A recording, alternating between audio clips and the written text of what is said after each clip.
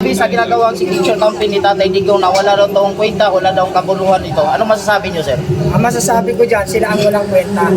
Kasi unang-una, itong ginagawa namin ay hindi para sa sarili namin. Itong pagsasakripisyo, kasama na rin kayong mga vlogger, tayo nagsasakripisyo para sa ating bayan at mamayan. Minahal natin ang Pangulong Duterte at ginagawa natin ito dahil ang Pangulong Duterte ang nagbigay sa atin ng kaunlaran at kapayapaan during his term. Kaya kung ito man ay ating ginagawa, ito ay ginagawa natin para sa ating bayan at mamayan, para magkaroon ng isang tunay na kaunlaran ang ating bansa. Dahil hanggat nakapiit ang ating dating Pangulong Rodrigo Roa Duterte sa dahig, ay ang mga mamamayang Pilipino ay nasasaktan at nag-iinagpis. Isa na nga tayo dito na nag-iinagpis at nasasaktan dahil wala namang tunay na dahilan at kasalanan ang ating Pangulong Rodrigo Roa Duterte para sa manatili sa dahig. Kaya kami, ito, hindi alam ito ng mga Duterte at hindi ito instruction by the Duterte family. Ito ay inisyatibo ng ating mga mamayang Pilipino na nagising na sa katotohanan na ang tunay na kalayaan ay sinasakal na sa panahon ngayon. Kaya kami nag-initiate ng ganitong programa na bagamat ito'y sariling kanya-kanyang voluntarily pagtugon sa pagpapapirma ng mga mamamayan, ito naman ay naaayon sa kanilang kagustuhan. Kung ayaw nila, pwede naman din sila pumirma. At kung sila'y na may nakikiisa sa kapayapaan at kaunlaran ng ating bayan, pwede naman silang pumirma. At ito ay ginagawa namin hindi para sa aming mga sarili. Ginagawa namin ito para sa bayan at mamayan. Dahil ang dating Pangulong Rodrigo Roa Duterte ay talagang nagmalasakit at nagmahal sa bansang Pilipinas. Kaya kami ay naggawa ng ganitong inisyatibo para mapalaya na ang ating mahal na dating Pangulong Rodrigo Roa Duterte at may pabalik na dito sa Pilipinas dahil wala naman talagang grounds para siya manatili pa doon. Dumaan ang kanyang birthday, Pasko, bagong taon na nag-iisa. Bilang mga mamayang Pilipino, sa kultura ng mga Pilipino, ang mga event na sinabi ko at nabanggit ko ay napaka-importante sa ating mga Pilipino. Pero nangyari sa kanya yun, nagdurusa siya dahil lang sa politika ng mga bangat. Ito ay isang pamumulitika sa totoo lang. Kaya ito hindi usapin ng politika, usapin na ito na pagiging makatao, humanity. Isang matandang dating Pangulo na wala namang ginawang masama, naghihirap at nagdurusang mag-isa doon sa bansang dahil o sa Netherlands. Nasaan naman ang mga puso nila? Kaya yung mga nagsasabi na ito'y wala namang kwenta, kayo ang tunay na walang kwenta.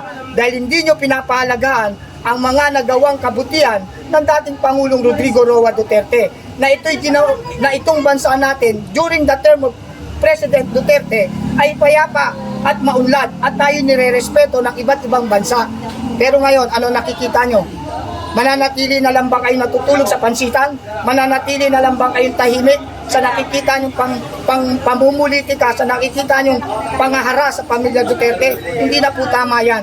Para sa kapayapaan at kaunlaran, gagawin namin ito ng may malayang karapatan.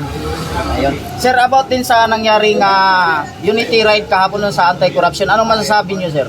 Maganda yung ginawa namin doon at nagpapasalamat din kami. Ito po, isang panawagan at isang pasasalamat sa mga kapulisan na naka-assign doon sa batasan na hindi kami pinakialamanan. Mapayapa at maganda ang naganap na motorcade caravan para labanan ang korupsyon. At maganda ang motibo at layunin ng mga mamayang Pilipino kung bakit nag-initiate din o nag-organize din ng caravan na yan para ipakita sa ating pamahalaan na ang mga mamayang Pilipino ay nagkakaisa na. Natigilan na ang sobra-sobrang pangungurakot na nagpapahirap sa bansang Pilipinas. Kung tutusin, mayaman po ang bansang Pilipinas, kaya lang naghihirap tayo dahil sa mga buwaboy. Buwaya sa kapal ng balat, baboy kung lumamo ng pondo ng bayan. Yan po ang dahilan kung bakit may motorcade kahapon. At salamat sa mga kapulisan na naka-assign sa batasan na sila po ay mapayapa at nakikinig lamang sa mga sentimento ng mga mamayang Pilipino. At salamat din sa organizer ng motorcade kahapon sa caravan. Sila former congressman na Defensor, sila Jim Para, salamat sa inyong lahat, sa lahat ng mga nag-organize kahapon. At nakita natin ng pagkakaisa ng mga Pilipino kahapon ay kitang-kita at damang-dama natin. Ayun nga sir, no, nabanggit mo na mapayapa nga ngayong naganap ng motorcade kahapon.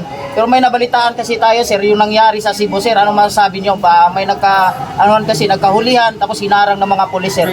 May nakulong pa. Yan, para magkaliwanagan. Yan po ay maling-mali ang ginawa ng kapulisan natin doon sa Cebu. Unang-una, bakit hindi pararaanin ang isang motorcade? Malaya po ang mamamayang Pilipino na gumamit ng ating daanan o kalsada o kalye. Dahil yan po, tayo po ay nagbabayad ng road tax. Kung mapapansin nyo po, sa rehistro ng ating sasakyan, meron po tayong binabayaran road tax. Ibig sabihin, mga taxpayer po ang dumadaan dyan. Ano ang grounds bakit sila pinigilan? Yan po ay maliwanag na politika na naman. Wala po naman silang ginagawang karahasan. Wala silang binabiolate sa batas. Dumadaan lamang po sila para magkita-kita, assembly, people assembly, pero hindi po sila nagrarally. Yun po ay isang pagpapakita lamang ng pagkakaisa ng mga mamayang Pilipino. Pero bakit nila pinigilan?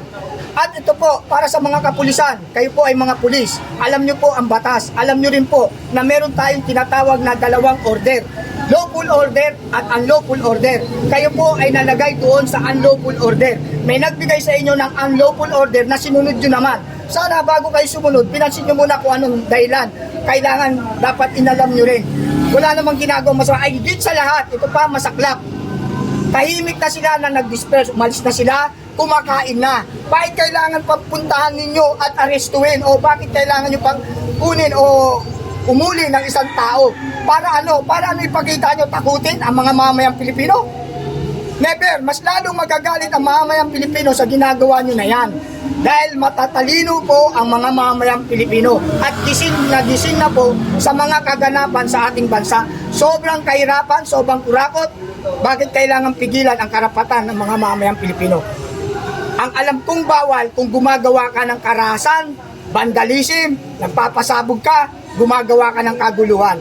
Pero ang isang mapayapang pag-uusap o pag-titipon-tipon, hindi nyo dapat sinasaklawan yan. Sana bago kayo sumunod sa ginagawa nyo dahil kayo ang batas, alam nyo ang dalawang order. Lawful order and lawful order. At ang masasabi ko sa inyong mga kapulisyan na naka-assign sa Cebu, you are follow the unlawful order. Ayun no. Sige sir. Sir, may pa. Di ba tapos na yung 1 bar nung sa impeachment ni Sara Duterte ngayong itong buwan na to.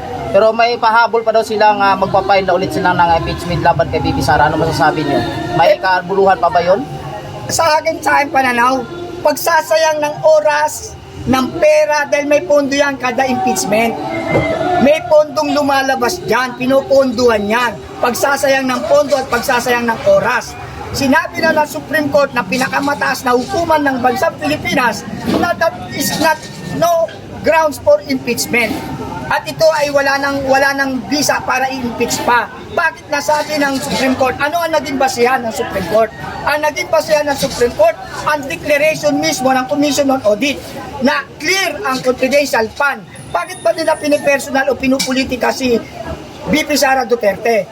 Dahil natatakot sila dahil si Sara Duterte, BP natin, ay may plano na tumakbo sa 2028.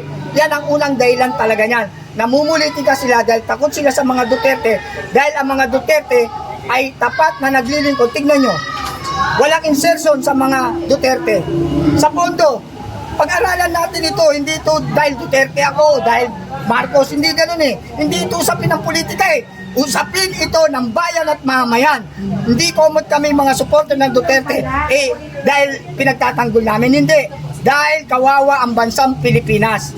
Lugbok na sa kahirapan dahil sa ginagawa ng mamamahala ngayon. Kaya sana naman tigilan nyo na. Yung impeachment na yan, walang grounds. Clear by the Commission on Audit.